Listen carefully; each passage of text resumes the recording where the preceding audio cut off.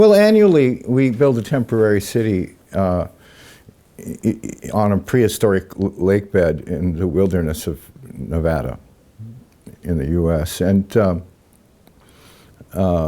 it now has a population, an annual population of approximately 70,000 people.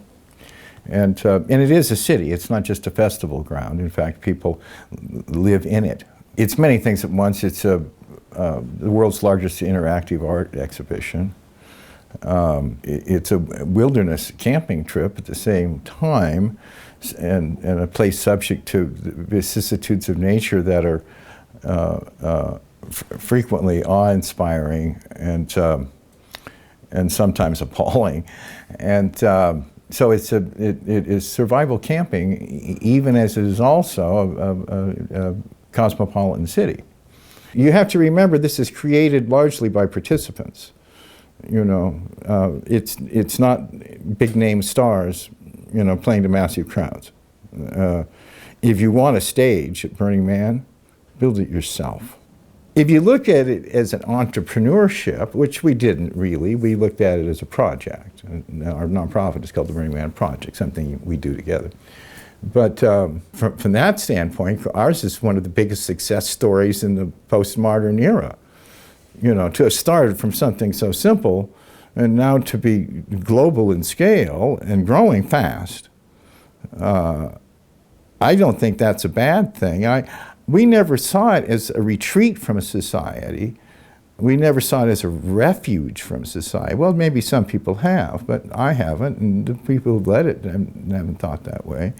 We've thought that those values combined represent a potential for a good way of life. We're not hiding from the world, we're trying to change it. Well, people go to Burning Man and they're so moved that they want to go home and be as they were at Burning Man, find a way to be that way outside the event.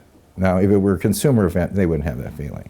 This isn't so much about transactions, it's about transformation.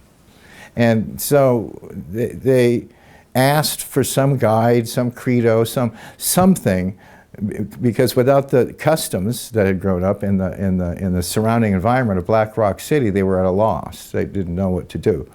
And given the principles, they said, okay, now we can talk to one another, and now we can share ideas, and it's made coherent just by these simple ideas. So we formed, we're now a nonprofit. We started out, we were a limited liability company for years, and myself and my partners owned it. We surrendered our ownership and transferred it to a nonprofit.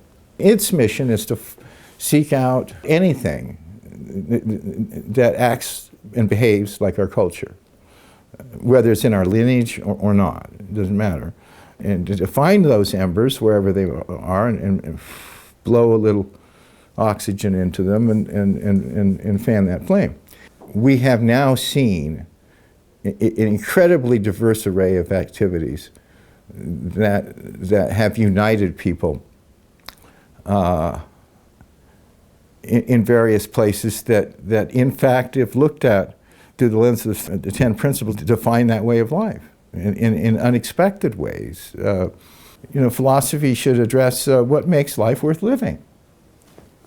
It's very simple if you in that way, and that's what we're trying to redefine. Because speaking to the growth question, in this consumer society we've created, does anybody think that the present levels of consumption can continue very long? But then I asked, I was at a gathering sponsored by The Economist, and asked the audience, let's do a thought experiment.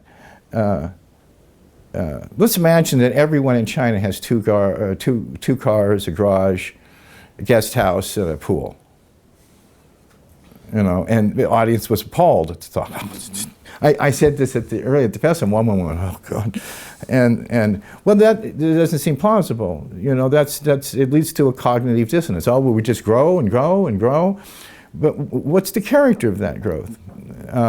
The world's population is increasing, so wealth of some kind has to be generated. But I think the social capital, the sum total of human connectedness in a society, has to grow apace with that. And so now I'm talking about, you know, our ethos and our little experiment to see, you know, what's of value in life and how culture might be generated. And if we don't, I think we're due to redefine what's valuable, because I think consumerism as a philosophy is bankrupt and scary.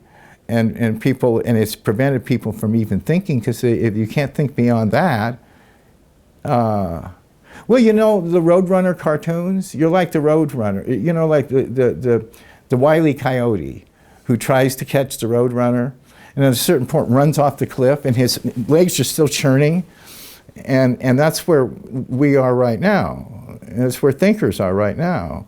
And you remember in the cartoon, suddenly he looks down and he sees there's nothing, no earth beneath his feet, and that's when he drops. And so we're about, I don't know, 10 feet out there past the edge. We're getting to the edge and a little beyond the edge, and we're running, and we call it progress.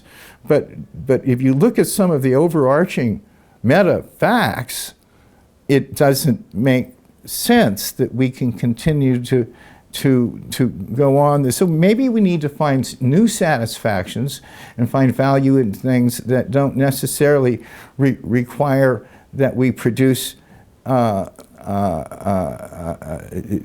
this stuff that we can't afford to increasingly to quite create anymore, unless everyone wants to believe that everyone in the first world and third world alike is going to have a nice suburban house, station wagon, nice station wagon, 2 kids, the wife or the husband, and it's all going to be fine. Have manicured lawns, perhaps. I don't think so.